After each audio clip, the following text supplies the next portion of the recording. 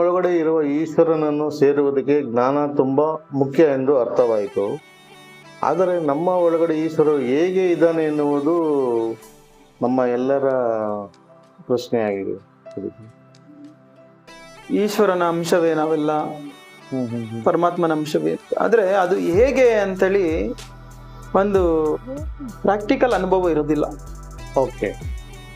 ಆ ಅನುಭವವನ್ನು ಪಡಿಬೇಕು ಅಂತಂದ್ರೆ ಒಂದು ಶಾಸ್ತ್ರ ಪ್ರಮಾಣ, ಎರಡನೇದು ಸ್ವಾತ್ಮ ಅನುಭೂತಿ. ಈ ಎರಡರಿಂದ ಮಾತ್ರ ಸತ್ಯ ಅರ್ಥ ಆಗುತ್ತೆ. ಮಾತಲ್ಲಿ ಹೇಳಿದ್ರೆ ಅರ್ಥ ಆಗೋದಿಲ್ಲ. ಹಾಗಾಗಿ ನಾನು ಒಂದು ಶ್ಲೋಕದ ಮುಖಾಂತರ ಇದನ್ನ ಅರ್ಥ ಮಾಡಿಸೋ ಪ್ರಯತ್ನವನ್ನ ಮಾಡ್ತೀನಿ. ಭಗವದ್ಗೀತೆಯಲ್ಲಿ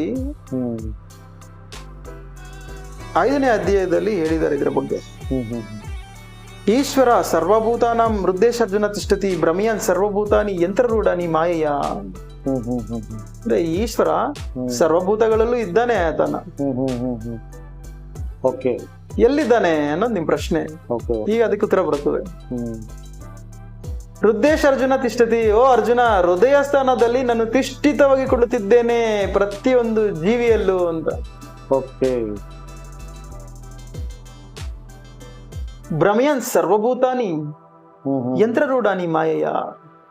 ಎಲ್ಲ ಜೀವಿಗಳ ಹೃದಯ ಸ್ಥಾನದಲ್ಲಿ ಕುಳಿತುಕೊಂಡು ಯಂತ್ರರೂಢಾನಿ ಮಾಯೆಯ, ಯಂತ್ರಗಾರನು ಹೇಗೆ ಈ ಯಂತ್ರಗಳನ್ನೆಲ್ಲ ನಡೆಸ್ತಾ ಇದನೋ, ಅಂದ್ರೆ ನಾವು ಹೇಗೆ ಬೈಕು, ಕಾರು, ಮೊಬೈಲ್ಸು ಎಲ್ಲ ಉಪಕರಣಗಳನ್ನ ನಾವು ಇವೆಲ್ಲ ಯಂತ್ರಗಳೇ ಅಲ್ವಾ, ನಾವು ಇದನ್ನ ಬಳಸಿದ್ರೆ ಅದು ಬಳಕೆ ಆಗ್ತದೆ, ಇಲ್ಲ ನಿಂತೋಗ್ತದೆ. ಚಾರ್ಜಿಂಗ್ ಹಾಕಿದ್ರೆ ಚಾರ್ಜಿಂಗ್ ಆಗ್ತದೆ, ಇರೋ ಅಷ್ಟು ಬಳಸ್ಕೋಬಹುದು. ಚಾರ್ಜಿಂಗ್ ಆಗೋದ್ಮೇಲೆ ನಿಂತೋಗ್ತದೆ. ಅದೇ ರೀತಿ ಈ ಯಂತ್ರಗಳೆಲ್ಲ ನಾನ್ ನಡೆಸ್ತಾ ಇದ್ದೀನಯ್ಯ ಅಂತ ಹೇಳ್ತಾರೆ ಸ್ವಾಮಿ ಭಗವದ್ಗೀತೆಯಲ್ಲಿ.